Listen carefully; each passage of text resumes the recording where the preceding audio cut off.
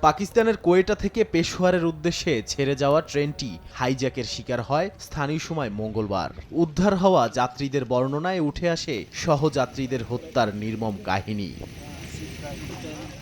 বিচ্ছিন্নতাবাদী গোষ্ঠী বেলুচ লিবারেশন আর্মির কয়েক ডজন যোদ্ধা সেদিন জাফর এক্সপ্রেসের 9টি বগি নিশানা করে বোলান পাস পার করার সময় গ্রেনেড ও মুহুর্মুহু গুলি ছুড়ে ট্রেনে হামলা চালিয়ে সব যাত্রীকে জিম্মি করে। সেনাবাহিনীর অভিযানে একদিন পর যাত্রীদের উদ্ধার করা হয়। হতাহত হন অনেকে।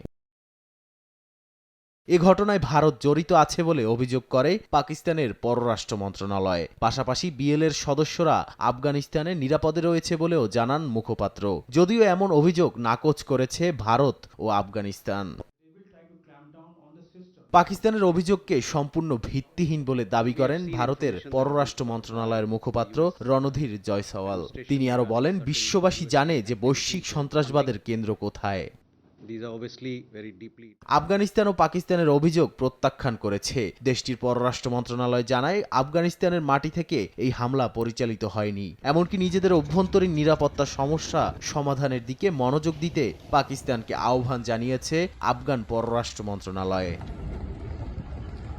নাদিম মারজান, সময় সংবাদ।